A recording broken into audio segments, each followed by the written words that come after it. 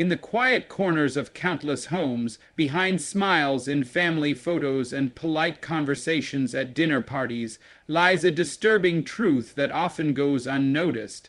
It's not marked by bruises or loud arguments, but by a slow, silent erosion of identity.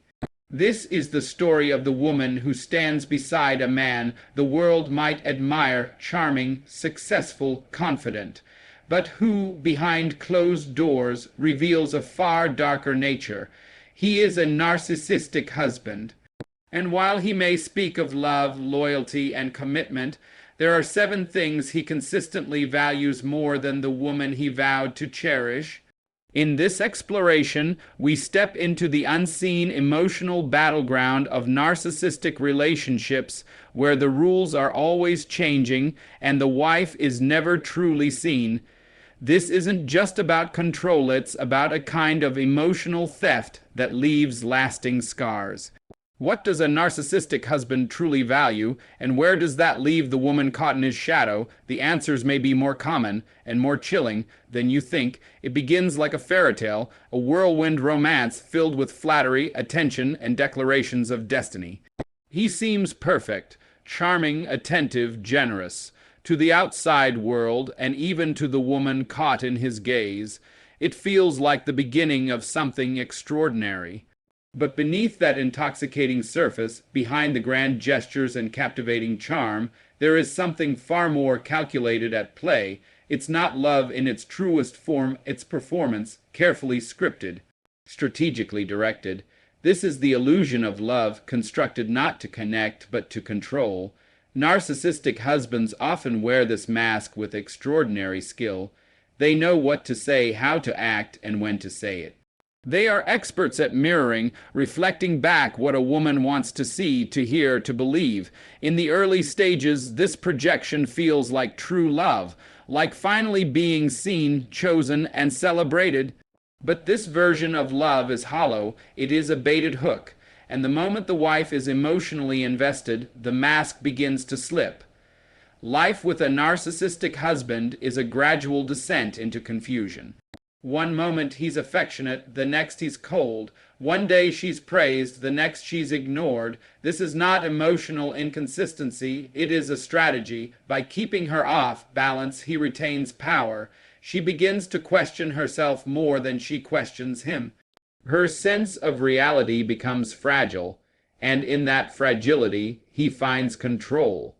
Behind the illusion, the narcissistic husband is not invested in partnership.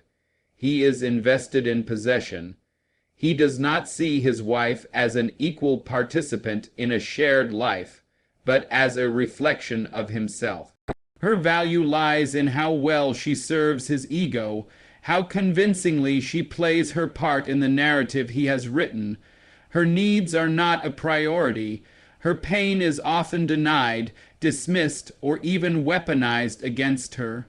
Over time, this dynamic erodes the woman's sense of self. In the beginning, she may have been confident, independent, full of life. But living in the shadow of narcissism has a cost. Her voice becomes quieter. Her boundaries blur. She becomes hyper-aware of his moods, tiptoeing through each day in an attempt to avoid conflict or rejection. This is not love. It is survival. What makes this illusion so dangerous is how invisible it can be to the outside world. Narcissistic husbands are often charming in public, admired by colleagues, respected by friends. They can be successful, articulate, even philanthropic. Behind closed doors, however, the emotional landscape is entirely different. The wife is left isolated, not just physically, but emotionally. She may try to explain what's happening, but finds it difficult to articulate. How do you describe manipulation that's so subtle, it leaves no trace? The narcissist's greatest trick is making the victim feel like she's the problem. If she's unhappy, he implies she's ungrateful. If she raises concerns, he calls her too sensitive. If she pulls away, he becomes momentarily kind again, just enough to reignite hope.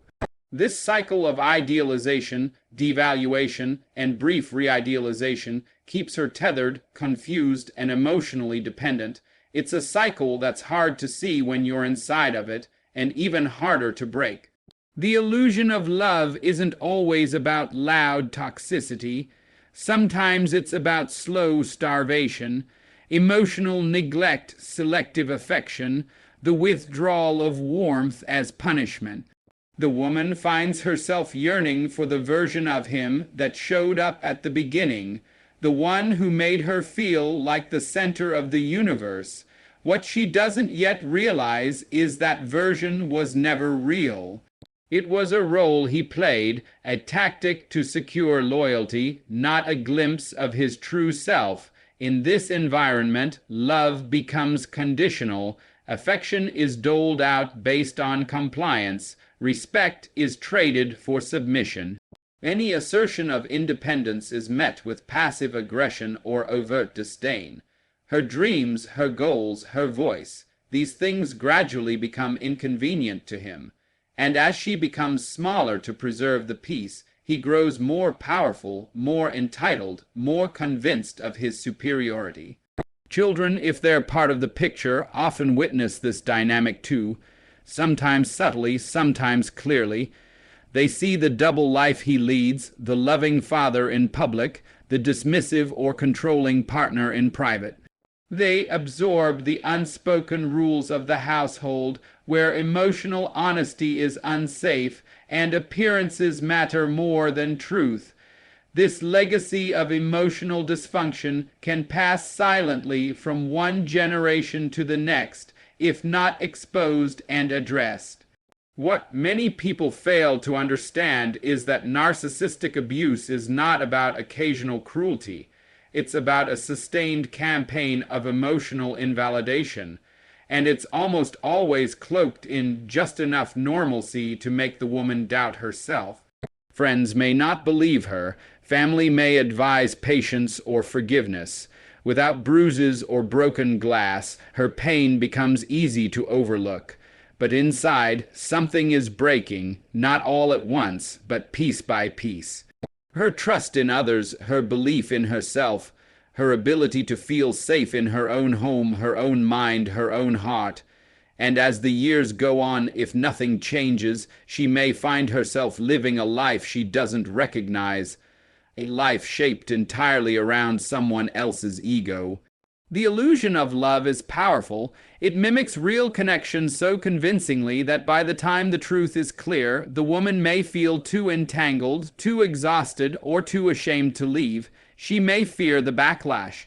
She may worry about the children. She may have been conditioned to believe that she's lucky to have him, that she could never do better, that this is the best she can hope for. These lies are part of the trap. They're whispered over time, not always in words, but in actions, in silence, in carefully orchestrated neglect. And yet, despite it all, many women begin to awaken, slowly, quietly. They start reading, listening, questioning. They begin to name the things they've experienced, not as normal, but as abusive, and with each moment of clarity, the illusion weakens. What once felt like love is revealed for what it truly was, a performance, a manipulation, a means of control. Narcissism thrives in silence, secrecy, and confusion, but truth is a powerful antidote. When the illusion is exposed, when the mask is finally seen for what it is, the path to healing, however difficult, becomes possible. Because while the narcissist's love is an illusion, a woman's strength is not. It lives beneath the surface, waiting, watching, ready to rise. In every relationship, there is a rhythm, a silent negotiation of space, respect, and influence. At its healthiest, that rhythm flows with mutual understanding. Decisions are shared, voices are heard, power is balanced. But in a marriage with a narcissistic husband, that rhythm is disrupted. It's no longer a dance of equals. It becomes a performance choreographed by one person. The beat is set by his moods, the movements are dictated by his desires, and control becomes the currency that fuels the entire relationship. At first, it may not even be noticeable. In fact, control often enters disguised as care. He insists on handling the finances to make things easier. He encourages her to leave her job, suggesting that staying home is a luxury he can provide. He helps her make better choices with her friends, her wardrobe, her time. And on the surface, it looks like support, it looks like love, but behind each gesture is a quiet transaction, freedom exchanged for dependency. Over time, these acts build a framework of control that becomes harder to see and even harder to break. The narcissistic husband isn't always loud or overtly aggressive. His power can manifest in passive comments, in silent disapproval, in withholding affection as punishment. It shows up in the way he interrupts, dismisses, or corrects. He doesn't argue, he dominates. He doesn't listen, he waits to speak. In every conversation, in every conflict, there's a subtle reminder only one opinion truly matters. This control isn't always about the big things. Sometimes it's in the small daily moments, what she wears, what she cooks, how she spends a Saturday afternoon. He may not forbid, but he guides with a heavy hand, pushing, persuading, making her feel as though her own choices are inferior. Slowly, she begins to anticipate his reactions before making decisions. She edits herself, filters her words, walks on eggshells. The relationship becomes a minefield, and control is the map he holds in his hands. Life under this dynamic begins to shrink. Her world, once full of color and possibility, becomes narrow. Her dreams start to feel unrealistic. Her goals seem inconvenient. Her friendships drift. And still, she may not recognize it as control, because it doesn't look like the stereotypical version.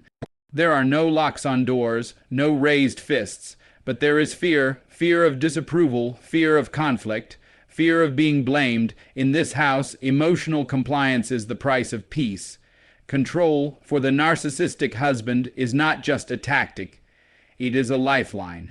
It affirms his superiority. It feeds the deep insecurity that lurks beneath the surface, because at his core he doesn't seek connection. He seeks dominance. Partnership threatens that dominance. An equal voice threatens his narrative. So, he chips away at it slowly, often under the guise of leadership, often with just enough charm to confuse the difference between guidance and manipulation. The wife in this scenario often finds herself in a constant state of emotional negotiation. She gives more than she gets. She apologizes first, even when she's not wrong. She works overtime to soothe his ego, to predict his needs, to avoid triggering his anger or withdrawal. It becomes exhausting. But exhaustion is part of the control. A tired, emotionally drained partner is easier to dominate. She becomes more compliant, more dependent, more isolated from her own inner compass. When children are involved, the control spreads further. Parenting becomes another arena of power. He may undermine her authority in front of them, forcing her to question her instincts. He may position himself as the fun parent while she becomes the disciplinarian. Or worse, he uses the children as pawns, tools to manipulate, divide, and reinforce his control over the household. Even in co-parenting after separation, the dynamic often continues with subtle games and relentless attempts to control from a distance. Professionally, he may discourage her ambitions, downplay her successes, or create chaos when she tries to focus on her goals. His support is conditional, offered when it serves his image, withdrawn when it threatens his dominance. She may find herself in a constant state of apologizing for being too ambitious, too busy, too unavailable. But the truth is, he fears what her independence represents, the potential for her to leave, to see clearly, to no longer need him. Financial control is another weapon in his arsenal. He may keep her in the dark about bank accounts, restrict access to funds, or manipulate spending as a way to assert dominance. Even in affluent households, the wife may feel like she has no real control over her financial life. Money becomes another lever of obedience. Another way to remind her that she is not an equal player in this marriage. In public, the mask rarely slips. He appears charming, composed, generous. Friends and family may admire him. He knows how to perform, and she, still loyal to the illusion, often plays along. She laughs at his jokes. She defends his behavior. She hides the truth, even from herself. Because admitting the imbalance means confronting a painful reality. The man she built a life with is not a partner, but a controller. Control in this context is not about protection, security, or stability. It's about power. And that power is maintained through subtle domination, emotional manipulation, and relentless invalidation. The narcissistic husband doesn't want a partner. He wants an audience, someone to reflect back his greatness. Someone to remain small so that he can feel big. Someone to absorb the weight of his ego while receiving only fragments of his attention and care. The wife, in many cases, begins to sense the imbalance long before she can name it. Something feels off. The warmth is missing. The kindness is conditional. But the confusion runs deep. How can someone so charming, so admired, be so cold behind closed doors? That question alone is enough to keep many women silent. But the silence only deepens the control. Without outside perspective, without validation, the woman remains trapped in a cycle that feels both invisible and inescapable. This kind of control doesn't always leave physical marks, but it leaves emotional scars. The constant self-doubt, the anxiety, the fear of speaking one's truth. Over time, she may feel like a ghost of her former self, unsure of who she is without his approval. She may begin to question whether she's even capable of living life on her own. That's how deeply control can root itself, not just in the relationship, but in her identity. But even in the midst of this, something small may begin to stir, a voice, a whisper, a question. What if this isn't normal? What if this isn't love, and that moment, however fleeting, becomes the crack in the wall? Because once you start to see control for what it is, you can never truly unsee it. From the outside, everything looks perfect. The smiling couple in coordinated outfits, the polished holiday photos on social media, the carefully curated dinners, the impressive career milestones, the appearance of a life well lived. Friends admire them. Strangers envy them. To the world, he is a devoted husband, a pillar of his community, maybe even a man others look up to. But the closer you get to the surface, the more you realize how fragile that image truly is. Because in the home of a narcissistic husband, intimacy is rarely the goal. Appearance is everything, and the obsession with how things look slowly replaces any genuine emotional connection. A narcissistic man builds his identity on perception.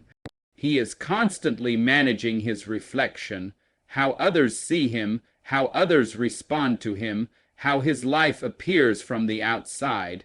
His wife is often drawn into that world without fully realizing it. In the beginning, she might be flattered by the attention to detail, the effort he puts into their presentation as a couple. He might seem proud to show her off, to make a spectacle of their love, to present their relationship as something enviable. But what feels like admiration slowly morphs into expectation. She is no longer simply loved, she is being used as a prop. This obsession with appearances infiltrates everything. At family gatherings, he insists they arrive looking perfect, acting happy, saying the right things. If she's upset, he expects her to hide it. If there's conflict at home, it must stay hidden behind closed doors.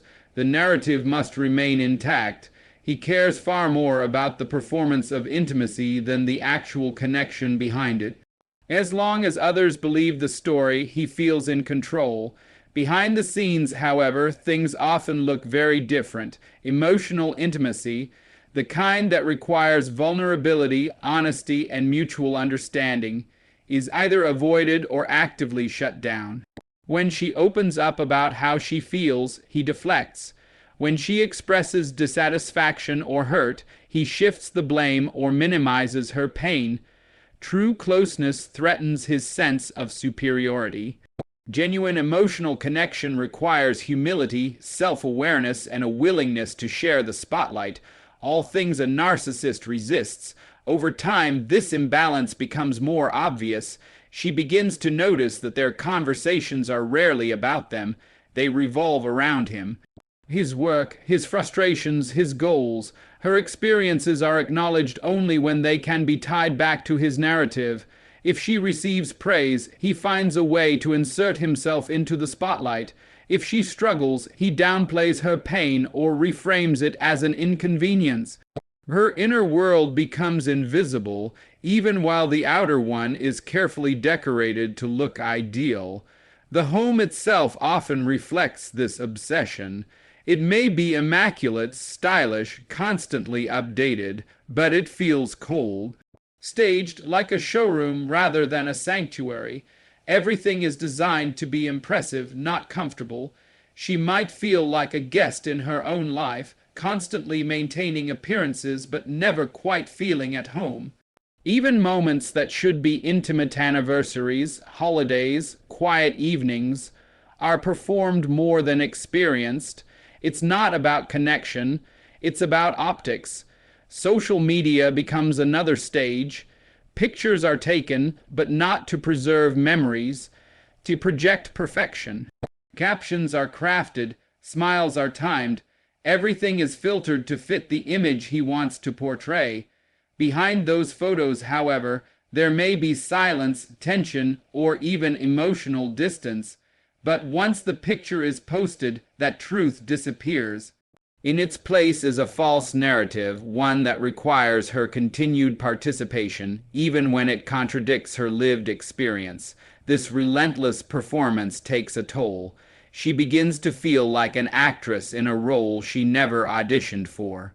Always smiling, always agreeable, always playing the part of the lucky wife. But inside, she feels disconnected, unseen, alone. The intimacy she craves is replaced with rehearsed affection. Her emotional needs are dismissed as inconvenient. Her individuality is overshadowed by the constant need to keep up appearances. Friends and family may not notice the cracks. To them, everything seems fine, better than fine even. He is charismatic, articulate, and outwardly affectionate. She, trained by years of subtle manipulation, plays along. Admitting the truth feels risky. Who would believe her? How do you explain that the man everyone admires refuses to truly know you? That he listens only when it serves his image and loves only when it makes him look good? And so, the silence grows, not because there is nothing to say, but because saying it threatens the illusion. He has created a world where being seen as a good husband is more important than actually being one. Where the image of love is more valuable than the practice of it. Where intimacy is a tool, not a truth. Children, if they're part of the picture, learn this dynamic quickly. They see the difference between public and private. They understand the rules: don't embarrass dad, keep up the smile, protect the family image at all costs. They may not have the language for it, but they absorb the message that what people see matters more than how you actually feel. And without intervention, that lesson can follow them into adulthood, shaping their own relationships in harmful ways. For the narcissistic husband, this strategy works, until it doesn't. Because the longer he maintains the illusion, the more emotionally starved his wife becomes. She may start to question what love is supposed to feel like. She may begin to wonder if she's going crazy, if she's asking too much, if her longing for connection is somehow unreasonable. But deep down, she knows the truth. Intimacy without authenticity isn't intimacy at all.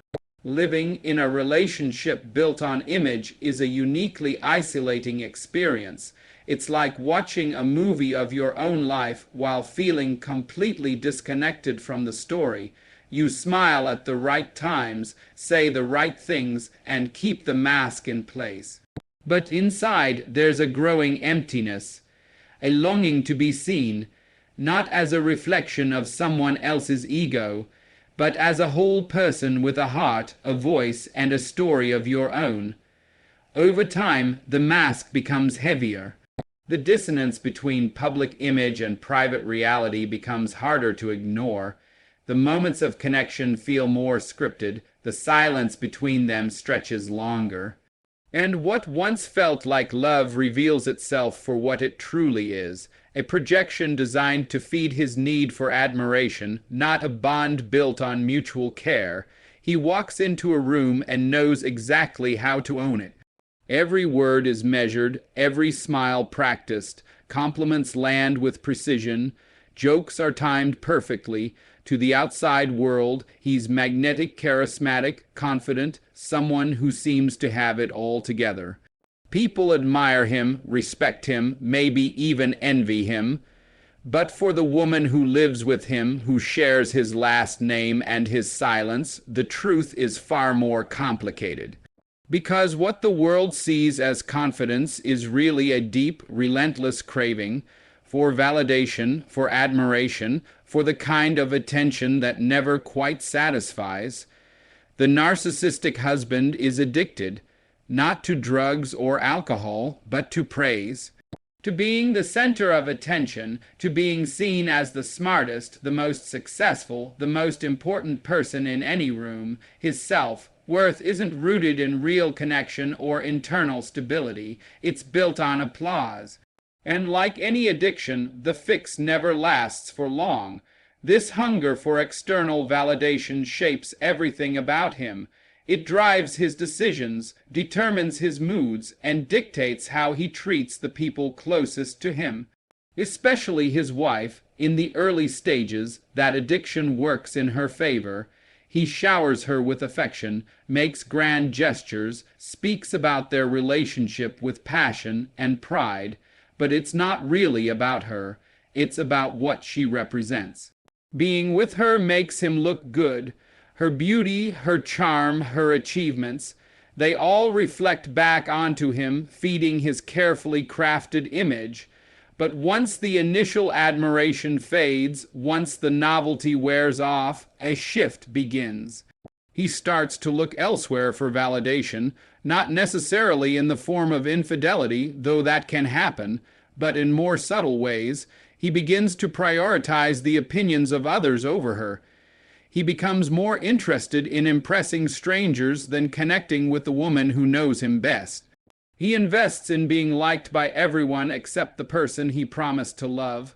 Conversations at home become increasingly one-sided. He talks about his day in great detail, fishing for praise, recounting compliments he received or how others reacted to him. Her experiences, her thoughts, her struggles, they take a backseat. Unless they serve to elevate him in some way, they're dismissed or ignored. If she doesn't play along, if she doesn't offer the constant admiration he craves, she becomes a threat rather than a partner. This craving for validation doesn't end with social circles. It bleeds into his career, his friendships, even his online presence. He curates his image carefully. Social media posts that paint the perfect picture, carefully worded emails that elevate his accomplishments, conversations designed to showcase his value. Everything becomes a stage, and every audience becomes a mirror he relies on to reflect back his worth. At home, the wife often feels invisible. She begins to notice that the version of him who shows up for others rarely makes an appearance when it's just the two of them. The warmth he shows publicly evaporates behind closed doors. The attention, the affection, the energy, it's all reserved for the people he believes matter more. She becomes the backstage crew to his performance, supporting the show but never truly part of it. Over time, this dynamic wears her down. She starts to question her place in the relationship. She wonders why she feels lonelier in her marriage than she ever did alone. She tries harder, compliments him more, downplays her own needs, gives him space to chase admiration wherever he can find it. But no matter how much she gives, it's never enough because she's not the audience he wants anymore. Her opinion doesn't hold the same weight. Her praise doesn't carry the same thrill. She's seen behind the curtain, and that makes her validation less valuable. Even conflict becomes a performance. If she confronts him, he's quick to deflect. He'll say she's too sensitive, too critical, or accuse her of ruining his day. If others are watching, he'll flip the script, playing the victim, turning on the charm, using her frustration as an opportunity to win more sympathy, more admiration. The real issue gets buried beneath layers of performance. The truth gets lost in the pursuit of being seen as the better one. This addiction to external validation is exhausting, not just for him but for everyone around him, because it means he's never fully present. His attention is always divided, his emotions always calculated. He's constantly scanning for approval, measuring his worth against reactions, chasing the next compliment like it's the only thing keeping him afloat. And the wife, watching this unfold, feels herself disappearing in the process. She may try to mirror his efforts, hoping to reconnect. She might pour herself into her appearance, her career, her social life, thinking if she shines brightly enough, he'll notice again. But it rarely works, because he's not interested in connection. He's interested in adoration, and adoration, in his mind, should come freely and endlessly. If she asks for reciprocity, for emotional intimacy, for honesty, for equality, he recoils. He views her needs as demands, her desire for connection as criticism. In his world, needing something from him disrupts the flow of praise he believes he's entitled to. The tragedy is that beneath this hunger is fear. A fear of being ordinary, a fear of being exposed, a fear that without constant validation he'll fade into irrelevance, but rather than confront that fear, he hides behind the mask, he invests in image.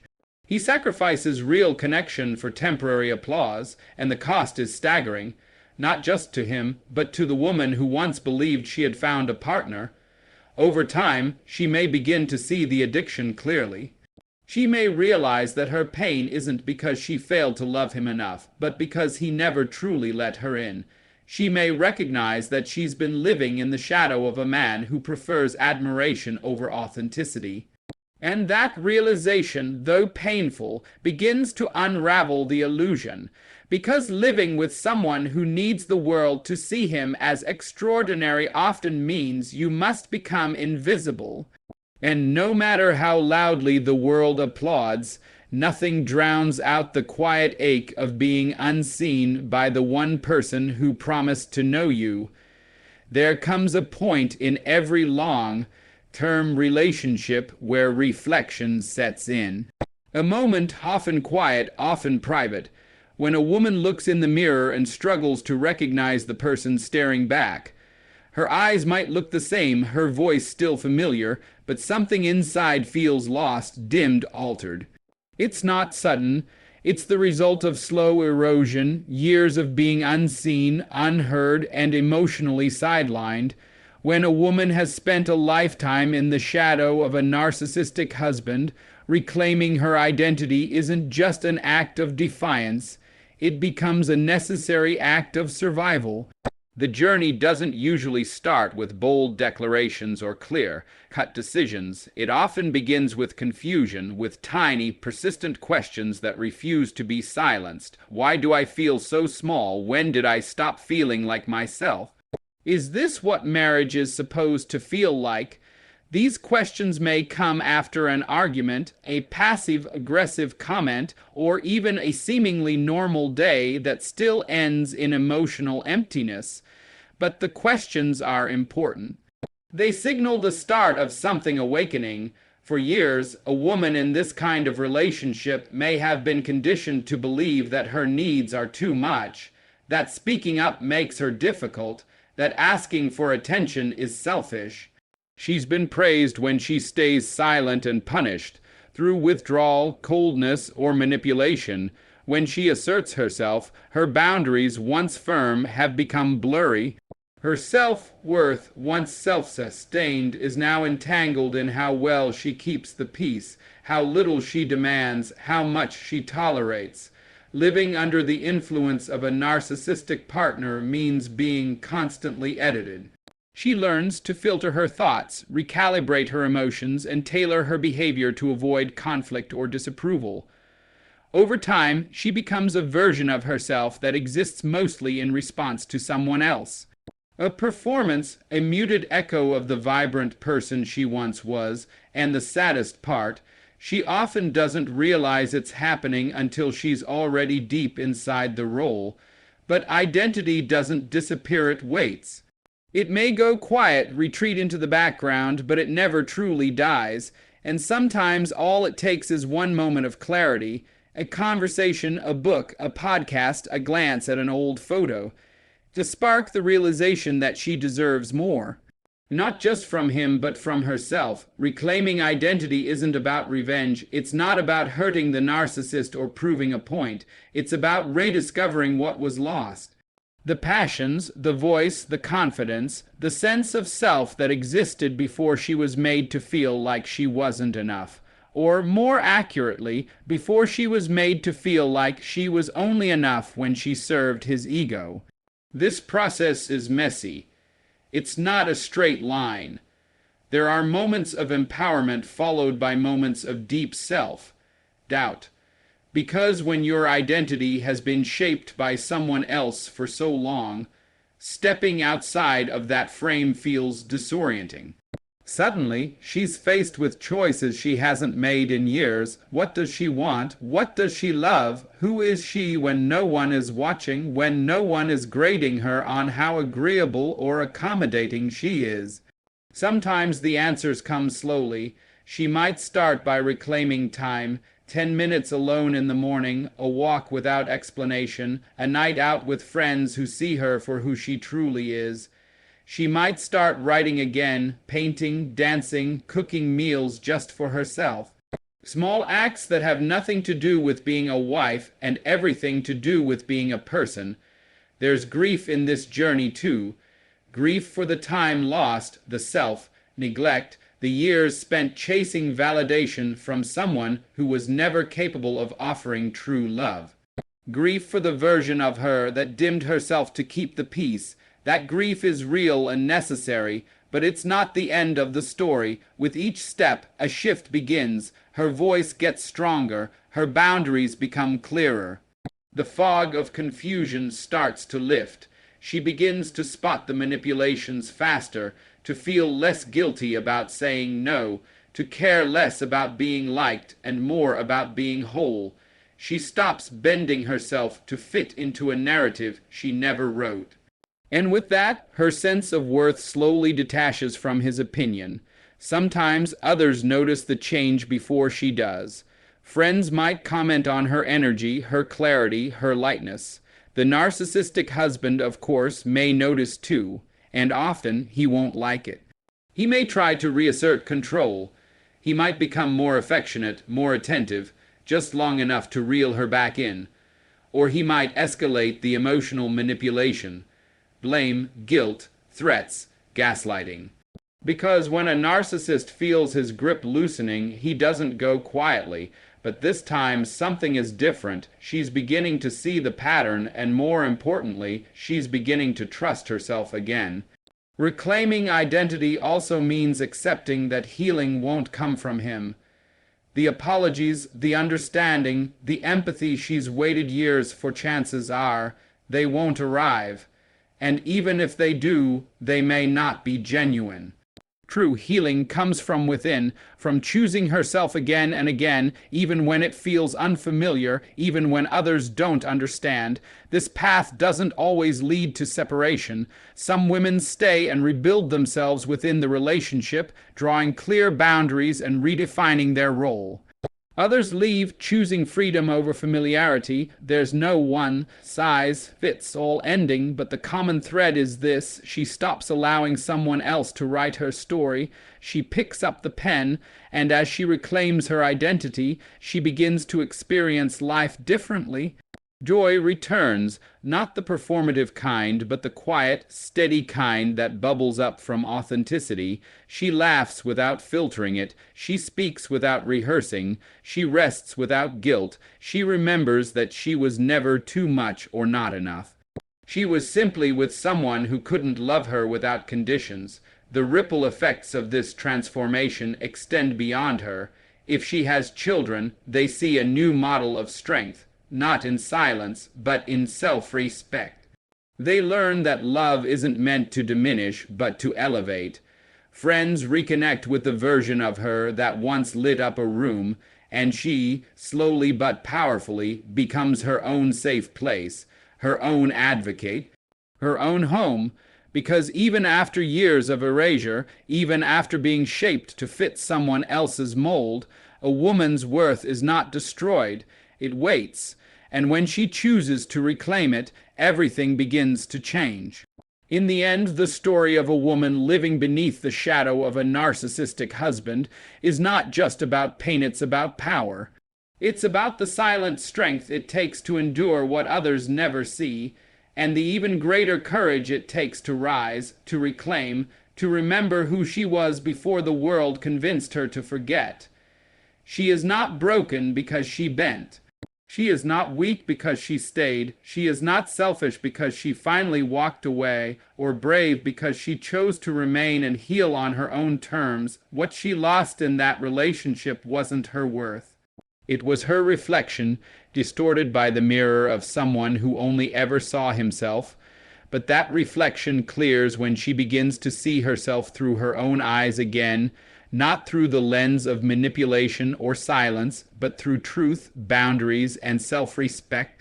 This isn't the story of a woman destroyed. It's the story of a woman rediscovered, and as she steps back into the fullness of her identity, something remarkable happens. She no longer seeks permission to exist. She simply does, unapologetically, completely, and finally, free,